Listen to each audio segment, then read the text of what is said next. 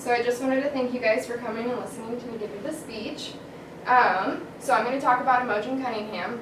And I'm going to talk about Imogen Cunningham because the other day in class I heard a student talking about how we would feel or what we would think if women weren't accepted into society in a profession or working in a profession.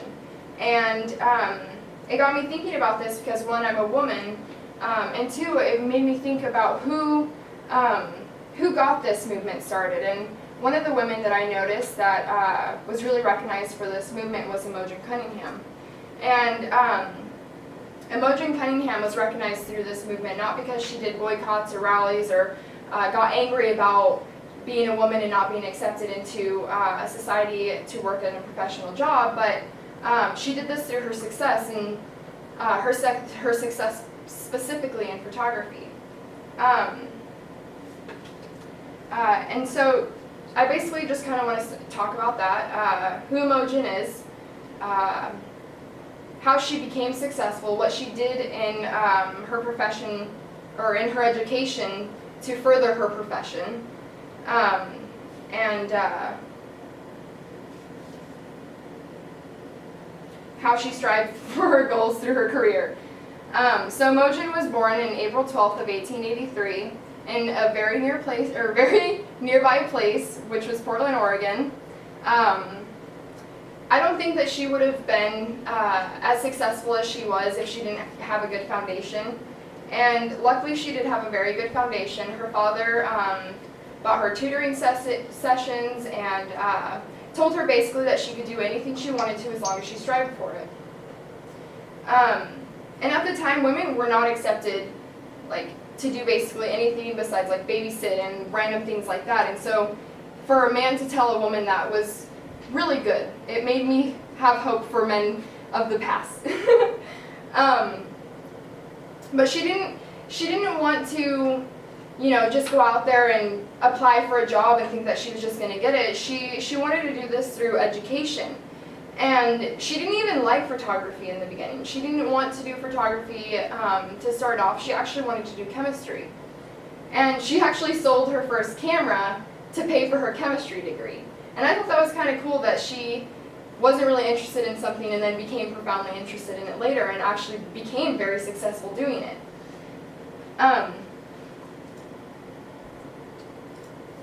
So she ended up going to Washington State University from 1903 to 1907, and it wasn't until a year after or before her graduation that she became interested in photography.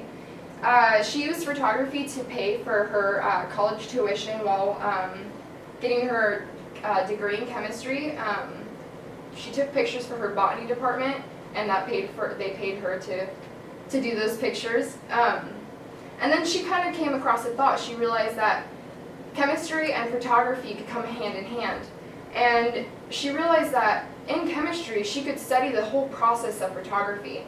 And her graduation day, that was her thesis, the process of modern photography with chemistry.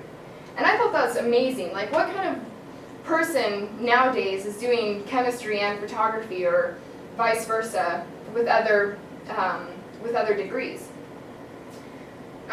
So that being said, photography became her passion, her dreams, her goals, what she wanted to accomplish, and how she wanted to prove that women could become successful in a profession. She wanted to do that with photography. So the way she strived for her goals was she realized that she had to work for the best to become the best. And so she worked for a lot of masters of photographer, including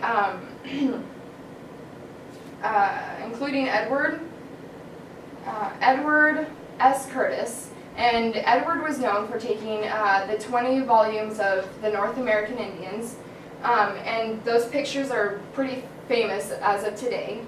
And then after she worked with him for a little while and learned what she could, she then opened her own studio in Seattle. And this is where her work really started to get noticed. People were like, a woman owning her own studio, that's kind of crazy, like what women are doing that in that time period.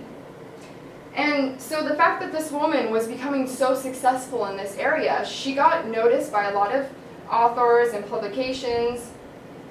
And one of them was the Wilson, she got a publication in the Wilson's Photographic Journal, and then she also got an exhibition with the International Exhibition of Pictorial Photography, which are two really big things to be acknowledged for. And after this, people wanted her to work for them. She wasn't the one wanting to work for others. People realized, wow, this woman's got it all. I need her to work for me. And one of those guys was Ansel Adams. And he's kind of known as like the grandfather for photography, and he actually saved a national forest from being cut down. And another thing that wanted her to work for them was Vanity Fair in before 1936 when they shut down. She photographed 1 million pictures for them, doing tons and tons and tons of different photographs, including one of Frida Kahlo, which is another really strong and independent woman who fought for women's rights. And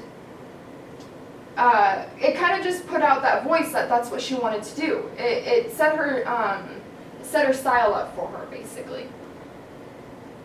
And so after this, she really started to take art and photography in general seriously.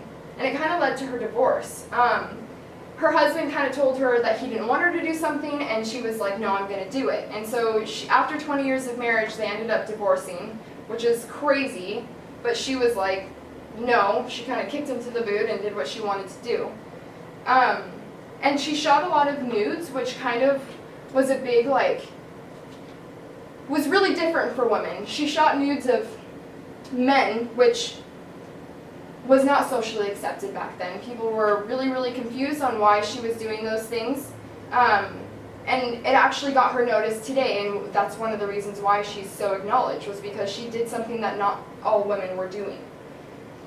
And she also co-founded a group called F64, which is the large format camera that she was using, and the smallest aperture setting.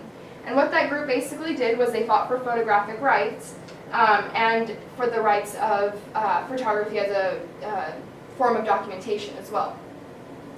And so she wasn't only fighting for women's rights, she was fighting for photography's rights as a whole.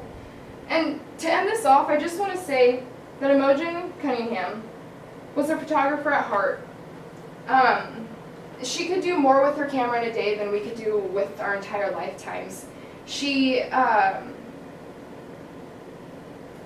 basically conquered so many things that us women are taking for granted today, with professions and successes and all of these things that we don't realize that we never could have probably accomplished without women like her.